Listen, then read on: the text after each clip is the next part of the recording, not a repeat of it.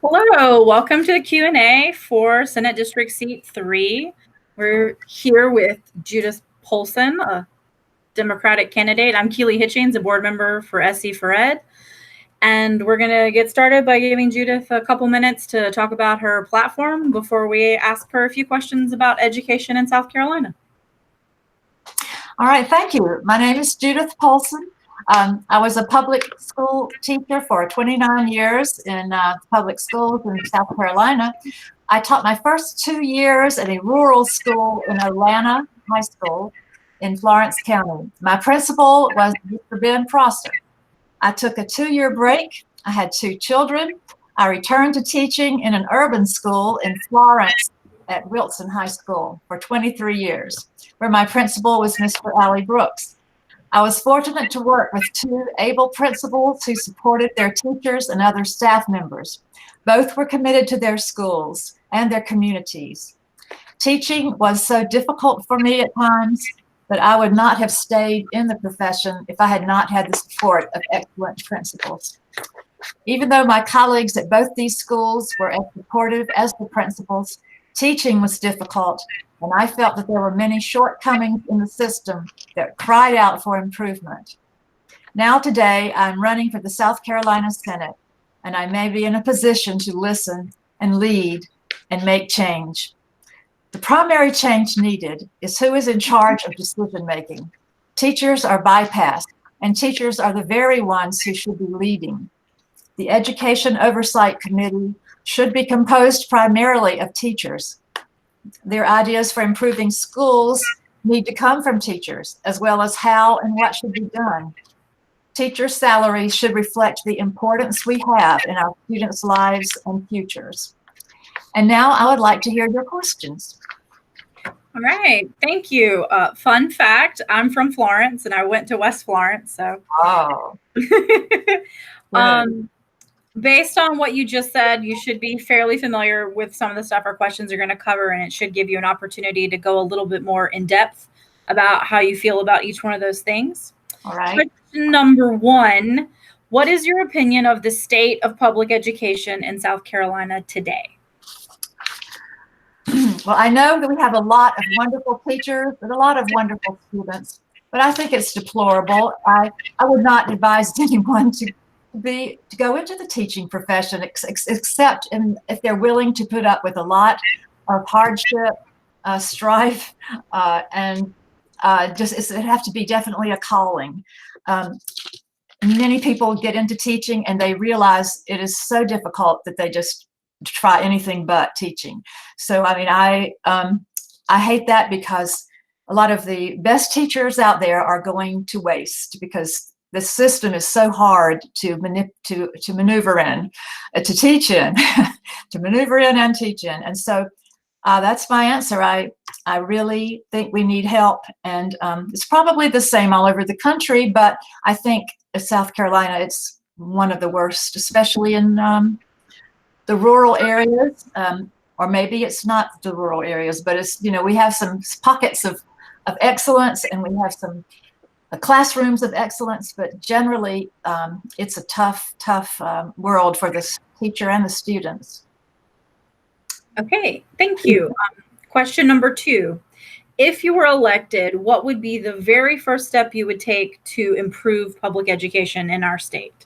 Oh, I would move to gather some the teachers that are willing to meet together and form a plan of action. I would have my ideas, of course, but I would want to have multiple folks on the task force, and that they should all be teachers.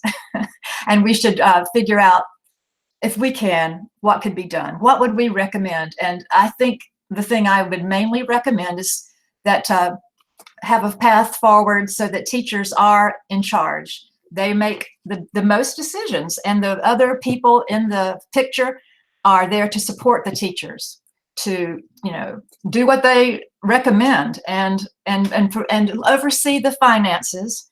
But I think the teachers, their ideas should be paramount. They are the ones that know what they're doing in the classroom, and they know what needs to be done, what's lacking, what would help, and and they're never in the position of authority. They're always told what to do, basically. And well, some of them are given freedom, but only with certain constraints. And so that's the first thing I would work on.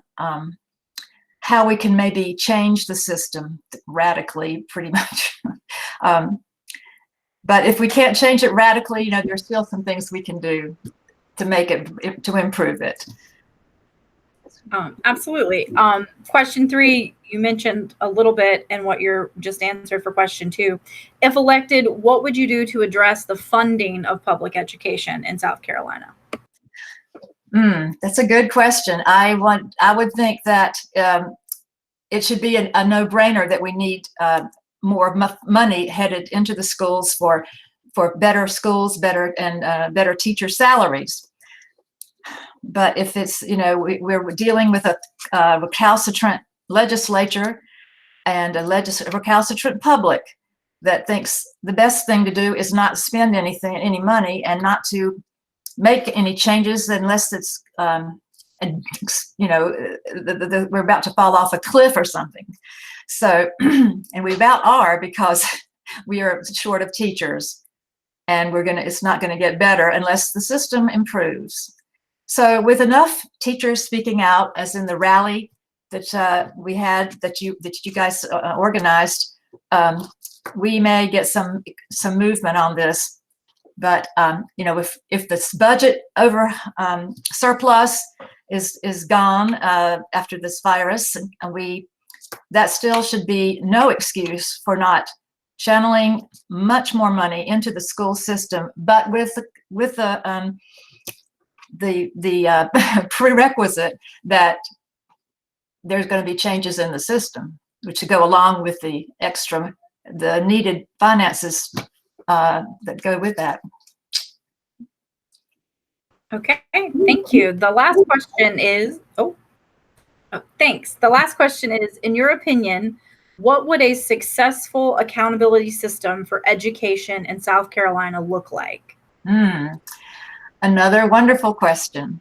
That word accountability used to make us all get so angry, because we thought, there is no one that can judge me in my classroom but me, because I know what I've done and what the students have done, and no one who comes in and looks at you for a few minutes knows. And if you're just going to go by student behavior, their scores on tests, that's a poor way to judge a teacher, because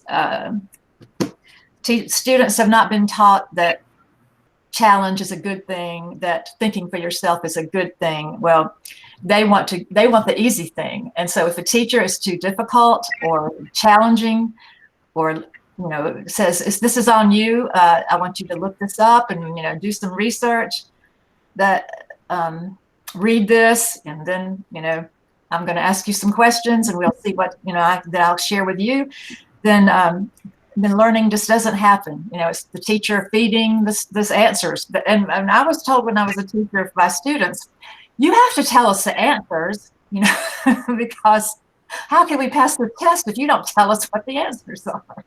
And so accountability is a real source point with teachers, because who else is being held accountable? The students, the parents, the community, the legislators. If we were all held accountable, it would be fair, but that's not the case. So we've tried to have this, you know, school report cards, so that helps accountability somewhat. That the school needs to be accountable, not just the teachers. But I mean, the teachers should be the school, and if they were in charge, I feel like things would be better. I really do. I think they would make sure that things were better. And I know you have to use specifics. You can't use. I know accountability is a touchy subject, and I know we have to have it, but I think with the teacher shortage and the difficulty of the job, we need encouragement. We don't need accountability so much as we need support, encouragement. And if a teacher is truly slack and lax and doesn't do her job or his job, then of course things could be done to steer that person into another field.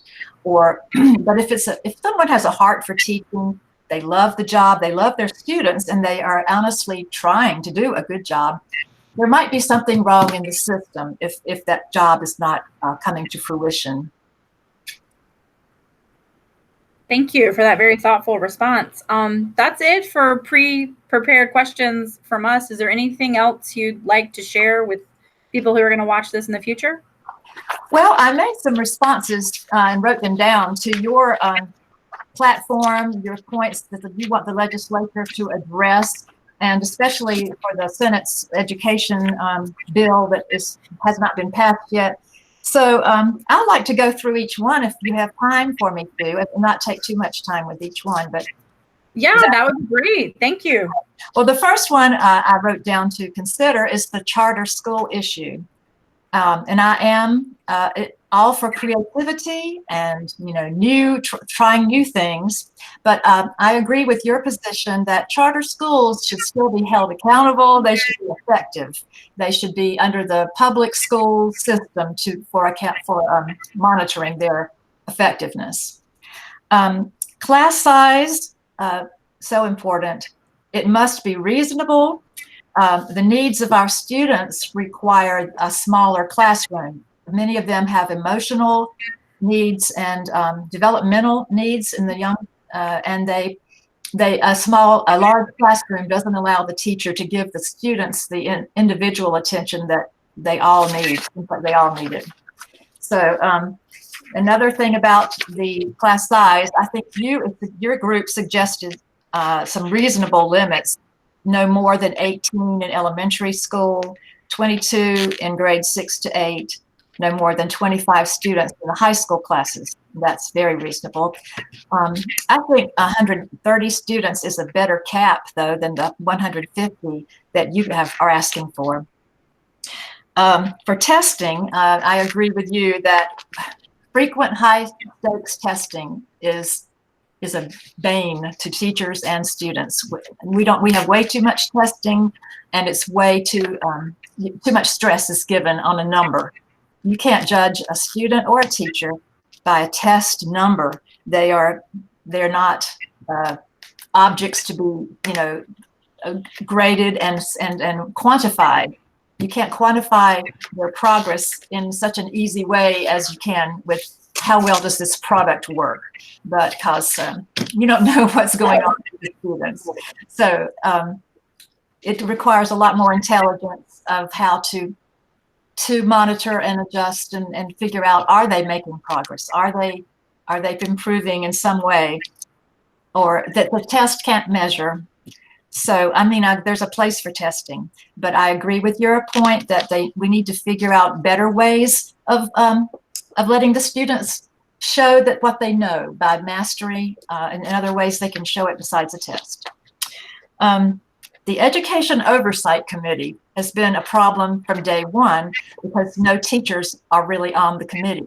It's some former classroom teachers, but it's either the ones they call education reps are principals, curriculum specialists, and as I say, former teachers. And I know they have some good people on there, but there should be the majority teachers. And there should, I like what you said about the oversight committee should be to oversee finances as it is right now. I could agree with that, but to oversee more than finances, it needs to be, again, the teachers in charge. Teacher work days should be used for work, not meetings. More cooperative teaching could be encouraged and facilitated by using work days for teachers to work together and share ideas and skills, and maybe with their teaching partners. And then the 2 collegial professional development days are enough out of the 10 work days we currently have.